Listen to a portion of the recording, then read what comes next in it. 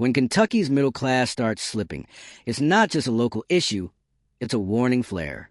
Traditional sectors like manufacturing and mining, along the backbone of Kentucky's economy, are now cracking under the pressure of automation and outsourcing. But what's more alarming is how this fragility mirrors broader patterns across the country. Rhode Island is buckling under high living costs and narrow sector dependence. Don't get fooled by the label. Subscribe now to uncover what's really behind your favorite brands and get the truth Big Food doesn't want you to see. In Nevada, the tourism model that once drove growth now teeters on the edge, while Arizona's rapid growth is outpacing its ability to house and support new residents.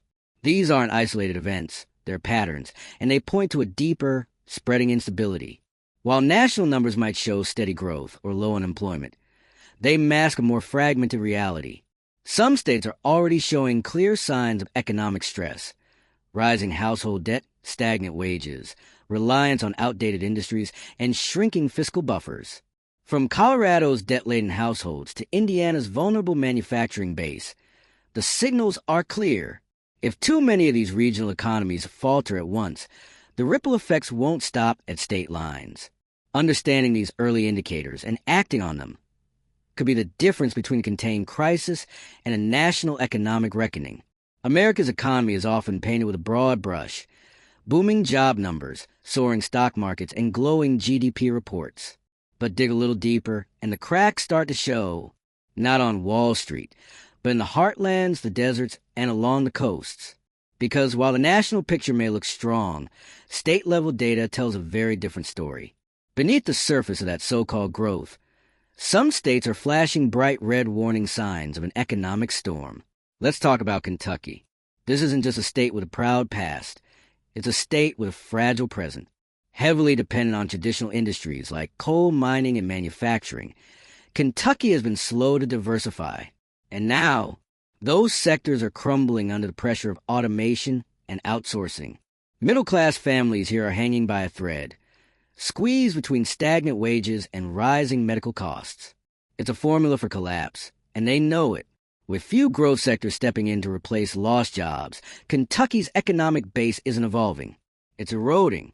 Over in Rhode Island, it's a different beast, but the threat is just as real. This tiny state carries a heavy load: sky-high housing costs, expensive health care, and a labor force tied to sectors like education, healthcare, and services, all of which are extremely sensitive to any national downturn. If the broader economy catches a cold, Rhode Island's economy gets pneumonia. The state simply doesn't have the resilience or industrial variety to buffer shocks. Its high fixed costs make recovery more difficult, and the people living paycheck to paycheck in Providence know how thin the ice really is.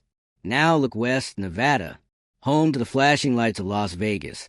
This state is powered by tourism, gambling, and entertainment. But when the tourists stop coming, everything stops. COVID exposed a weakness in that model, and now, with rising inflation and consumer debt across the country, visitors are spending less. There's minimal diversification. Manufacturing, virtually non-existent. Tech, scarce. As urban living costs rise and wages stagnate, Nevada's middle class is being hollowed out. When a state relies on fun for its economic engine, a downturn turns deadly serious. Arizona might seem like it's booming: soaring real estate, population growth, endless sunshine. But underneath the sunshine is a brewing financial pressure cooker. A surge of people moving and has pushed housing prices through the roof. Basic goods and services, more expensive than ever. Yet wages haven't kept up. Arizona's affordability is a fading illusion, and middle-class families are taking on more debt just to stay afloat. The state's rapid growth isn't translating into balanced prosperity. It's inflating a bubble, one that could burst hard and fast. Then there's Colorado, which sits atop the household debt charts in America. Yes, the mountains are breathtaking, but so are the bills.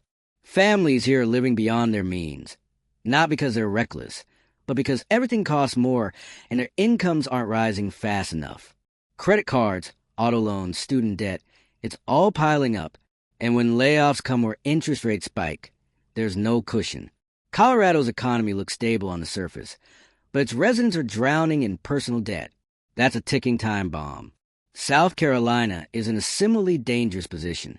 The Palmetto State's economy is anchored in tourism and coastal real estate. That means it rides high when vacationers flock to beaches, but tumbles when they don't. Housing prices are surging in places like Charleston, pushing out working families. And tourism? It's always the first casualty in a downturn. If visitor numbers drop, local businesses close, jobs vanish, and communities suffer. South Carolina's economic model is too narrow to survive major shocks unscathed. Let's talk about Mississippi. Here, the warning signs aren't new. They're just getting worse. This is a state gripped by long-term economic stagnation. Low income, poor public health, aging infrastructure, and shrinking communities have created a cycle that's hard to break. There's little upward mobility, little innovation, and minimal growth. It's not about one sector collapsing. It's about decades of decline that have hollowed out the foundation. When the next downturn hits, Mississippi won't be starting from stability. It'll be starting from the basement. And right next door is Louisiana, another state playing a dangerous game. Its economy is chained to the oil and gas sector, one of the most volatile industries on the planet. When global markets fluctuate, so does Louisiana's financial health. But it's not just volatility. It's the lack of a plan B. Diversification is minimal. The state isn't developing enough resilience. Add to that rising costs and a shrinking middle class, and you got an economic model that can't adapt to the 21st century. In Indiana, the story is industrial decay. Once a manufacturing powerhouse, Indiana is now facing a harsh reality. Automation and global supply chain shifts are gutting its job base. The state's economy depends heavily on blue-collar work, but machines are replacing people at record speed. And while politicians talk about retraining, the reality on the ground is brutal. Many workers are being left behind. The transition hasn't come fast enough, and household debt is rising. Indiana is teetering between the economy of the past and the unknowns of the future, with no clear bridge between them. All of this leads to the biggest threat of all. What happens when these states start to fail at the same time? This isn't just about Kentucky or Nevada or Rhode Island individually. This is about a national vulnerability caused by regional weaknesses. If multiple states experience economic collapses simultaneously, the fallout won't be localized. It'll be contagious. We're talking about a drag on the national economy, increased federal bailouts, rising unemployment, and even political instability. The illusion that America's economy is universally strong is just that, an illusion. There are clear themes here. Overdependence on fragile sectors, lack of economic diversification, exploding household debt, stagnant wages colliding with rising costs. These aren't isolated issues, they're systemic. And without intervention, they're going to get worse. So what's the way forward? Diversification isn't just a buzzword. It's a necessity. States like Louisiana and Nevada must expand beyond oil and tourism. That means investing in tech, manufacturing, small businesses, anything that creates jobs with a future. Workforce upskilling can't be optional. Indiana and Kentucky aren't going to be saved by old jobs coming back. They need to retrain, retool, and prepare people for the industries that are growing, not dying. Household debt and the cost of living must be addressed. Families in Arizona, Colorado, and South Carolina are being crushed by expenses. That burden makes any economic shock 10 times worse. Affordability, housing policy, and financial literacy programs are critical pieces of the puzzle. And then there's fiscal health. Some of these states have minimal reserves. That's a problem. States need to plan for downturns, not just react to them. That means building rainy day funds, reducing unnecessary expenditures, and planning long-term, not just the next election cycle. Finally, local communities need more support. Recovery won't come from Washington alone. It will be built in towns and cities that invest in resilience through small business support, local training programs, infrastructure investments, and community engagement. Bottom-up strategies will always outperform top-down mandates when it comes to real recovery. The bottom line is this. The economic storm isn't on the horizon. It's already forming. If we don't pay attention to these early signals, if we don't take action, if we continue to treat national numbers as the whole truth, we're going to be blindsided. The next recession won't be evenly distributed. it'll hit the weakest links hardest. And right now, those weak links are clearer than ever. If you found this video informative, do something with it. Like it, share it, comment below, and let us know what's happening in your state. And most importantly, subscribe, because staying informed is the first step to staying ahead. Let's be clear. The signals we're seeing aren't just data points on a spreadsheet. They're red flares shooting up from communities that are tired, overburdened, and on the brink. When states like Mississippi and Louisiana start showing signs of systemic failure, it's not just a local problem. It's a warning to the entire nation. Because once these economic dominoes start falling, the effects ripple outward. It doesn't stop at state borders. Take Louisiana again.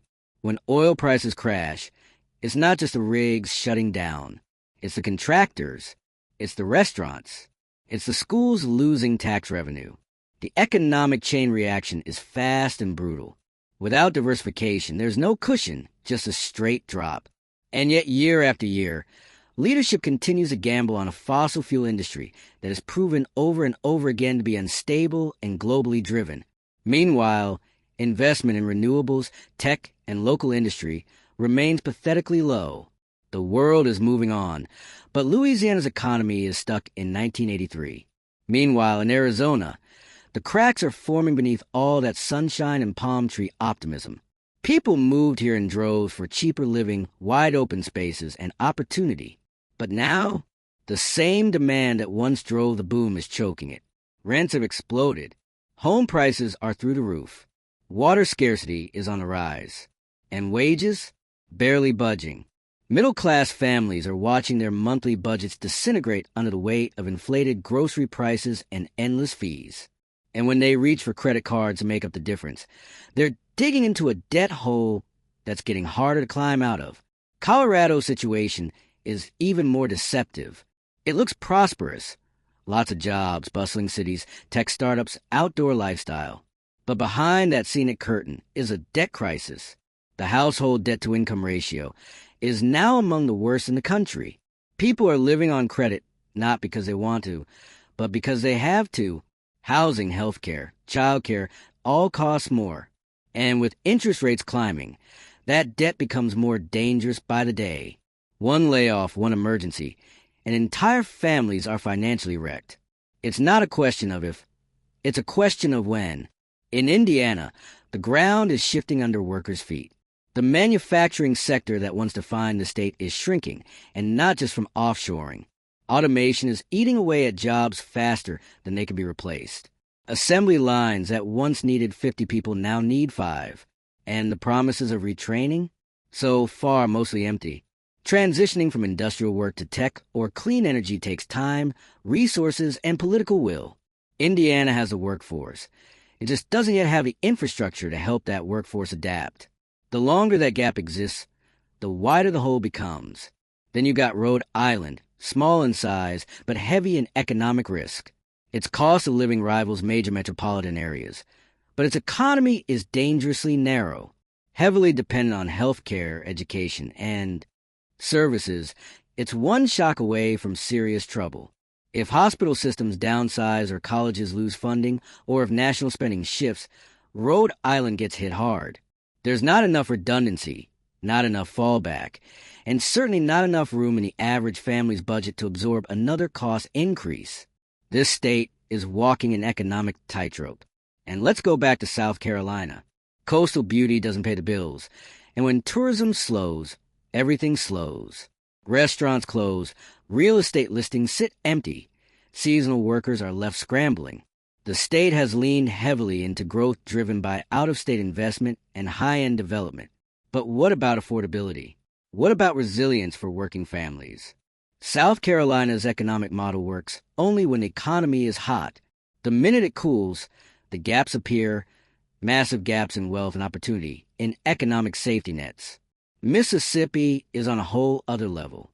This isn't about a single industry or a short-term trend. It's about generational decline. Poor infrastructure, low wages, limited job growth, declining population. These aren't warning signs. They're symptoms of chronic, untreated economic illness. And without serious intervention, the state is stuck in place. That hurts not just Mississippi, but the entire southern region. Because when an entire state can't pull its weight, it creates drag across the system. Investment dries up, education declines, health outcomes worsen, and workforce productivity collapses. It's a cycle, and it's been spinning for decades. Nevada is a textbook case in vulnerability. Its reliance on tourism and entertainment makes it incredibly sensitive to public behavior and consumer confidence. When people cut back on travel or entertainment, the consequences are immediate. Vegas goes quiet, service jobs vanish, and the state's revenues dry up fast. Add in high living costs and limited economic diversity, and you got a house of cards. There's no room for error. Any national downturn, any spike in unemployment, any major event can send Nevada spiraling. And Kentucky might be the most sobering example of all. The state is still tied to industries that are disappearing. Coal is dying. Manufacturing is shedding jobs every year. The middle class is shrinking, and the cost of essentials is rising. Families are stuck between a fading past and an uncertain future. And the state isn't doing nearly enough to build new industries or offer real pathways forward. Without a plan, Kentucky risks becoming a permanent economic casualty, a place that once powered America, now left behind by it. All these cases show one central truth. Regional vulnerabilities are mounting, and they're not isolated. They're interconnected. The collapse of manufacturing in Indiana affects suppliers in Kentucky. Rising debt in Colorado slows consumer spending that affects national chains. Economic decline in Louisiana reduces energy output that impacts national fuel markets. These aren't just state-level problems. They're structural threats to the broader U.S. economy. And let's be honest, we've been here before. The 2008 financial crisis didn't start in Washington. It started in neighborhoods, in counties, in towns where mortgages defaulted, jobs vanished, and trust in the system collapsed. We ignored the signs then. We can't afford to ignore them now.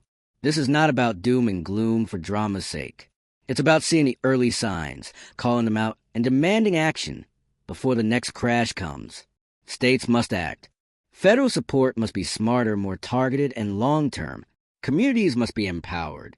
It's time for local governments to stop chasing headlines and start building economic resilience. If you live in one of these states, you already know. You've seen the store closures. You've watched neighbors leave. You felt the pinch in your wallet when rent went up, but your paycheck didn't. This isn't theoretical. It's real, and it's getting worse.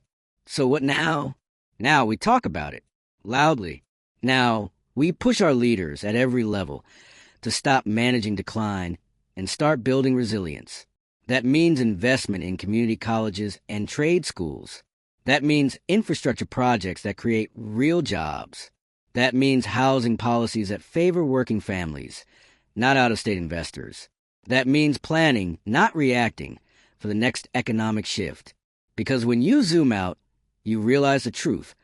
America's economy is only as strong as its weakest states. If we allow Kentucky, Mississippi, Louisiana, and others to crumble, the whole country pays the price. It's not a red state or blue state issue. It's a structural issue. It's a human issue. It's about dignity, sustainability, and survival. We can't keep pretending everything is fine just because Wall Street says so. Main Street is telling a different story. And it's time we started listening. Here's the part no one in power seems willing to say out loud. We are on the verge of a localized economic collapse. Not because of one big mistake, but because of 1,000 small ones that were ignored. And if you live in one of these 10 states, you can feel it. You don't need a government report to tell you something's off. You're living it. Your rent has doubled in the last 5 years. Your wages haven't. You're watching your kids graduate with debt and no prospects. You're seeing downtowns lose small businesses while corporate chains take over. And even those chains are starting to close. And yet, the headlines keep shouting about GDP growth, like that somehow means everyone is doing great. They're not. You know they're not. This is a silent fracture of the American economy. On the surface, it looks intact. Beneath that surface, it's splintering. And these 10 states are the loudest cracks. When household debt rises faster than income, as it has in Colorado, it's not a statistic. It's a countdown. When your economy is tied to one fragile sector, like oil in Louisiana or tourism in South Carolina, it's not strategy, it's risk. And when politicians refuse to face these truths because it's easier to spin optimism than to confront reality, it's not leadership, it's failure. The consequences aren't abstract. They're brutal. A fragile middle class doesn't rebound from job loss. It collapses into poverty. A state that can't pay its teachers or fix its roads won't attract new business. A community that loses its workforce to automation without retraining doesn't just fall behind. It never catches up. You see it in Indiana, where a factory job that supported 3 generations is now done by a robot or shipped overseas. And no, the new Amazon warehouse job doesn't pay the same. There's no pension, no long-term path, just high turnover and burnout. You see it in Arizona, where home prices exploded thanks to migration from more expensive states. Now, even locals who've lived there for decades can't afford rent. And the jobs? Still paying the same wages they did 5 years ago. Meanwhile, groceries cost more, gas costs more, and the only thing growing faster than housing costs is credit card debt. You see it in Kentucky, where industries are fading, but no one is seriously investing in what comes next. Families are doing everything they can, working longer hours, cutting costs, skipping care, but the math no longer adds up. And hope, it's running out. That's the emotional cost of this slow-motion collapse. It's not just about numbers. It's about people losing faith in the system, in leadership, and in the idea that hard work is supposed to lead somewhere. And let's be honest, when you feel like no one is listening, it's easy to start tuning everything out. But this is the time to do the opposite. This is the time to pay attention. If you live in one of these 10 states, you should be asking questions, loudly. What's being done about economic diversification? Where's the investment in workforce training? What's the plan for housing affordability? And if your state doesn't have real answers, demand them, because the clock is ticking. And if these warning signs keep getting brushed aside, the next downturn won't just be a recession. It'll be a reckoning. You deserve better. Your community deserves better. The country deserves better than political excuses and empty headlines. What we need now is action, accountability, and honesty about where we really are and where we're heading if nothing changes. So don't just scroll past this. Share it. Talk about it. Comment below with what's happening in your town. Because someone needs to speak up. Someone needs to say, enough is enough. If not now, when? And if you haven't already, subscribe. Because we're going to keep exposing what's really happening beneath the headlines. The truth matters. And so do the people living it.